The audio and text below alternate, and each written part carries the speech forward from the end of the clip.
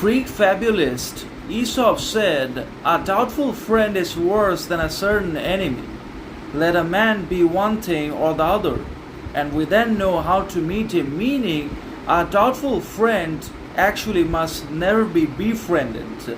A friend who is always doubtful and suspicious regarding ourselves or our activities and actions, then that person cannot be considered to be admirable, worthy, respectable, or honorable, no matter what, under any circumstances and situations.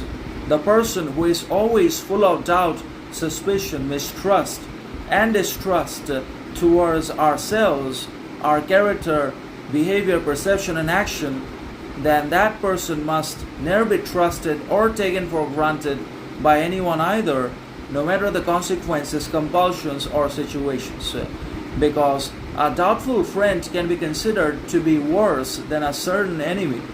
Enemies are better than friends that doubt and that always are full of suspicion in terms of our great character, authenticity, individuality, and independence. We basically always demonstrate our character and authenticity and honesty, but still there are people that pretend to be friends and we also befriend them. After that, our whole life becomes unstable because of their doubt and suspicion. And that's why, as I mentioned earlier, doubtful friends are worse than enemies. We must have enemies because enemies always make us better, wiser, and more intelligent in one way or another. Enemies must always be respected.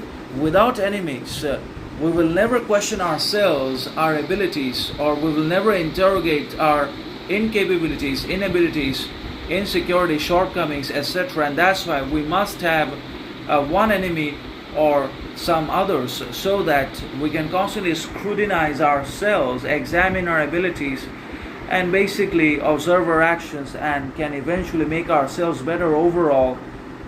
But the doubtful friend must be dealt with, and we must have the courage, confidence, character, as well as the willingness that allows us to separate and distance or remove ourselves from such friendships and friends that doubt. We have to have the ability to separate and disconnect ourselves from such people at our own will.